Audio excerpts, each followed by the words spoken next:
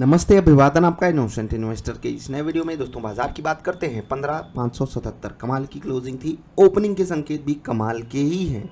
Let's hope for the best की चीज़ें हमारे फेवर में ही रहें। FII आज का डेटा भी डिस्कस करते हैं। लेवल्स आपको थोड़ी देर में बताएंगे। पहले एक स्टॉक का डिस्कशन कर लेते हैं, नज़ारा। मैंने आपसे कल कहा था आपको यहाँ पर एक बेहतरीन नज़ारा देखने को मिलेगा। आप में से बहुत सारे लोग कहेंगे अरे सर रेड कैंडल ही तो है। नहीं भाई, ये रेड कैंडल 4.25% की तेज़ी वाली कैंडल है। और आपको एक कमाल की बात बताता हूँ। बताया गया था 1000 के ऊपर आपको यहाँ पर खरीदारी करनी है। कौन से सेटअप पे बाई करना है, मैंने आपको 2-3 वीडियोस दी हुई हैं। एक टेक्निकल सेटअप मैं आपको वीडियो भी दिखा सकता हूँ। जिन लोगों ने देखा है ना, उनको बहुत ही ज़्यादा कमाल का ट्रेड मिला है। मतलब क्या कहूँ, जैसे परफेक्ट ट्रेड होता है ना, 1000 के ऊपर सस्टेन कर गया, आपको यहीं पर ट्रेड मिला था। और उसके बाद क्या हुआ ये आप देख सकते हो। मैंने आपसे कहा था कि एक बड़ा मोमेंटम ये स्टॉक दिखा देता है। आज बाजार कितना चली है, 1% भी नहीं, लेकिन ये स्टॉक 4% से ज़्यादा तेज़ी दिखाया है। और उस 4% में से आप 3% कैप्चर कर सकते थे। मैं हमेशा बोलता हूँ हम बॉटम नहीं कैप्चर कर सकते, लेकिन हमने यहाँ पर बॉटम कैप्चर किया, ठीक है। और डे एंड में ये डे हाइज के आसपास क्लोज हुआ, जो कि कमाल की क्लोजिंग थी। कल हमने इस स्टॉक पे आपको नज़र रखने की बात कही थी या नहीं। ओपनिंग कमाल की हुई थी, ऊपर से फिसला, लेकिन फिर से आपको यहाँ पर बाइंग मिली। एक और स्टॉक आपको बताऊंगा आज ही की वीडियो में, जिस पे आप कल नज़र रखोगे या आने वाले समय में नज़र रखोगे। अगर वहाँ पर भी सेटअप पे ट्रेड मिलता है तो लीजिएगा, कमाल का ट्रेड मिलेगा। इंट्राडे स्टॉक्स बताएंगे, पहले कमेंट्स देख लेते हैं और फिर लेवल्स। हितेश भैया बोल रहे हैं, हाँ सुबह खुलते ही बैंक निफ्टी 33,300 की कॉल में 35 में लेकर 191 में बेचा। 2 लॉट, सिर्फ 15 मिनट का गेम। बहुत बहुत शुभकामनाएं हितेश भैया। आज मेरे साथ क्या हुआ, इससे पहले वाली वीडियो में मैंने एक्सप्लेन किया है। और जब मेरा दिन अच्छा नहीं जाता और जब आप लोगों का जाता है ना, मतलब वो गदगद वाली फीलिंग आती है, ऑन क्लाउड 9 वाली फीलिंग आती है। पता है क्यों आती है? क्योंकि मुझे लगता है कि कमाल हो रहा है और ये कमाल मुझे चाहिए। और इसी कमाल के लिए हम लोग इतनी मेहनत करते हैं। और अगर उसमें आपकी मेहनत इंक्लूड हो गई दोस्त, तो 1% कहने को तो बहुत नामुमकिन सा टास्क लगता है, लेकिन है बड़ा आसान। क्योंकि 99% लोगों से जिनको आपसे भिड़ना है ना, वो बहुत ही इग्नोरेंट लोग हैं। वो सही चीज़ का चुनाव नहीं कर पाते। और सही चीज़ का चुनाव करने से ही सब कुछ नहीं हो जाएगा, उसके बाद अपनी मेहनत करनी होती है। ठीक, सही चुनाव कर लीजिए, सही सेटअप बना लीजिए। थोड़ी सी मेहनत, बहुत नहीं लगती है। और किसी प्रोफेशन में होगे ना, 8 घंटे मेहनत करनी पड़ती है। यहाँ बस 1 घंटे से 2 घंटे, उससे ज़्यादा नहीं। 8 घंटे का काम 1-2 घंटे में निपटाना है। हाँ, थोड़ा सा दिमाग पे लोड रहता है उस 1-2 घंटे में, लेकिन दोस्त, लेकिन 8 घंटे की वैल्यू आप 2 घंटे में पा रहे हो। और कुछ चाहिए? मेहनत तो करना पड़ेगा। और जब आप करोगे तो ये सब कमाल आपके साथ होगा। एंजॉय कीजिए। और इसमें से कई सारे ऐसे लोग हैं ना, अभी इनमें से कुछ ऐसे भी होंगे जो रेगुलर प्रॉफिट बनाने लगेंगे, ठीक है, बनाने लगेंगे। क्यों? क्योंकि उनको सेटअप पे भरोसा है। वो अपनी मेहनत कर रहे हैं, अपनी बैक टेस्टिंग कर रहे हैं, खुद का सेटअप बना रहे हैं। और जब तक आप ये सब करोगे नहीं, जब तक आप बाज़ार को समझने की कोशिश नहीं करोगे, कमाल नहीं होगा। सर, ट्रेंडिंग मार्केट में भी कभी कभी इनिशियल स्टॉप लॉस कॉन्फिडेंस को ख़त्म कर देता है। लास्ट आवर रिकवरी में डर से बाई नहीं कर पाया।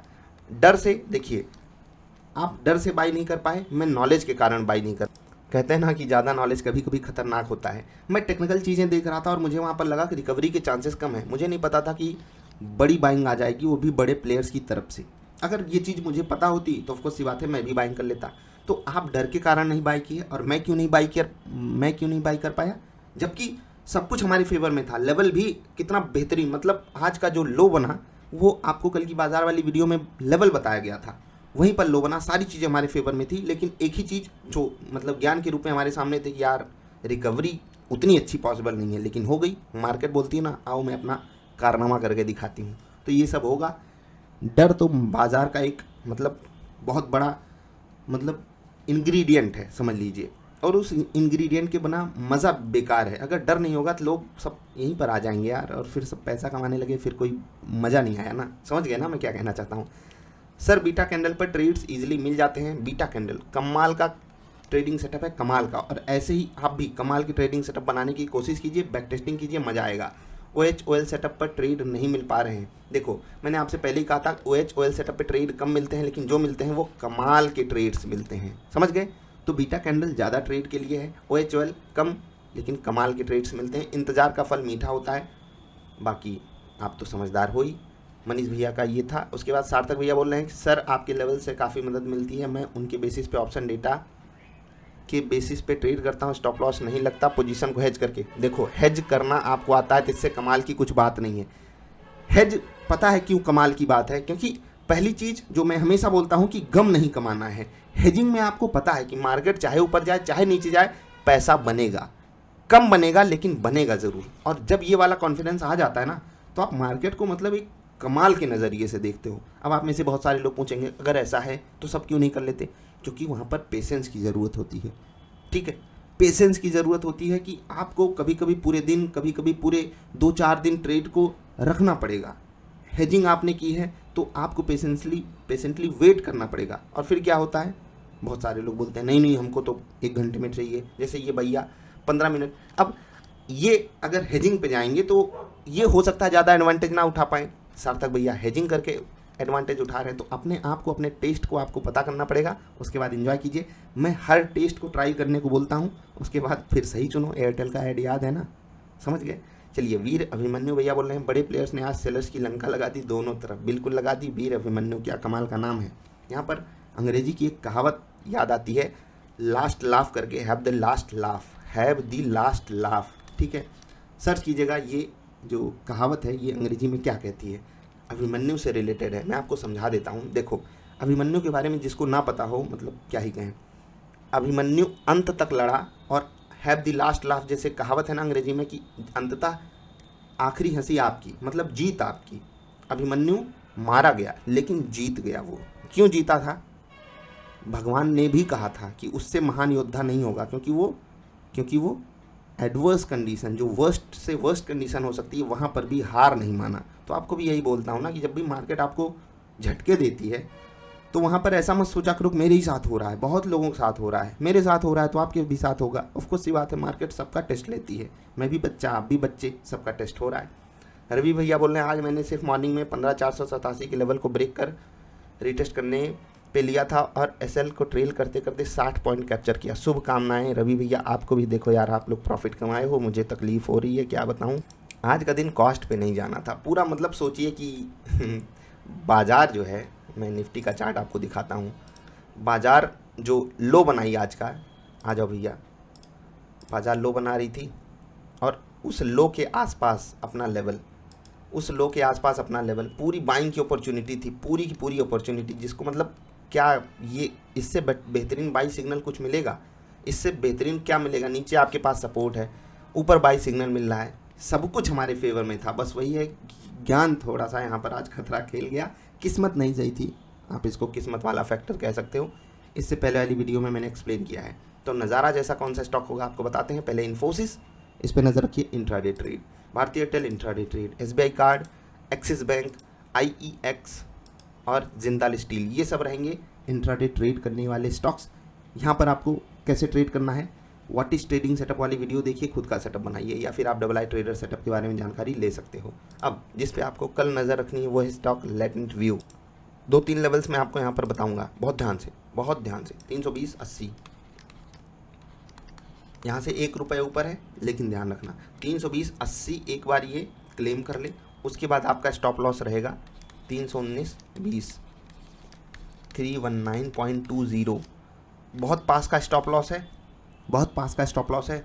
और आपको यहाँ भी 3 से 5% का टारगेट, उसके बाद टीएसएल यूज करोगे, कमाल होगा। जिनको टारगेट बुक करना है वो निकल सकते हैं।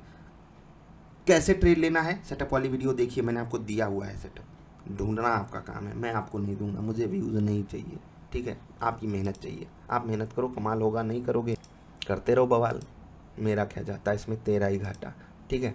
चलो, एफआईआई डीआईआईज लगभग बात बराबर है। आज डीआईआई जीते हैं तो तालियां बजा देते हैं, शुभकामनाएं डीआईआईज के लिए। डेटा हमारे फेवर में है, टेक्निकली हम मजबूत थे। और क्यों मजबूत थे, वही बात फिर से याद आती है, हैव द लास्ट लाफ वाली। मैंने आपको एक कहावत बताई ना, वो यहाँ पर भी फिट बैठती है कि अंततः हम जीते, ठीक है।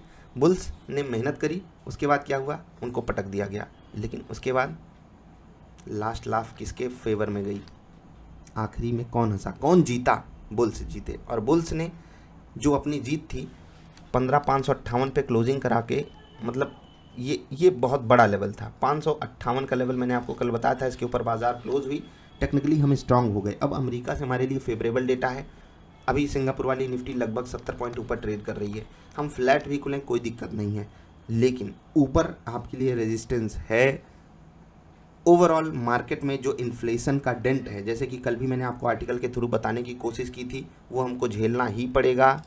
लिक्विडिटी मार्केट में बहुत बड़ा रोल प्ले करती है, तो ओवर कॉन्फिडेंस में कोई भी ट्रेड नहीं लेना है। टेक्निकली हम मजबूत हैं, हम बाइंग करेंगे। इन्वेस्टिंग के लिए आपके पास पूरा मौका है, पूरा इंतजार करके, पूरे अच्छे से इत्मीनान करके आप अपने ट्रेड्स को एग्जीक्यूट कीजिए, रखिए स्टॉक्स को अपने पास, और मज़े वो आपको बाद में देंगे। चलिए अब आपको फटाफट लेवल्स बता देते हैं। निफ्टी के लेवल्स नोट कर लीजिए। ये हैं रेजिस्टेंस लेवल्स, ठीक है, ये हैं रेजिस्टेंस लेवल्स, ये हैं सपोर्ट लेवल्स। ये गलती से आ गया, ये जो लाइन आई ना, ये गलती से है, इसको ये मत समझिएगा 15,666 कर गया, ठीक है। निफ्टी बैंक के लेवल्स भी आप नोट कर लीजिए। ये हैं निफ्टी बैंक के सपोर्ट लेवल्स और ये हैं रेजिस्टेंस लेवल्स। तो चलिए अभी आपसे विदा ले रहे हैं। वीडियो पसंद आई तो लाइक कर देना, नहीं पसंद आई तो डिसलाइक कर देना। वीडियो देखने के लिए आपका बहुत बहुत आभार। Have the last laugh.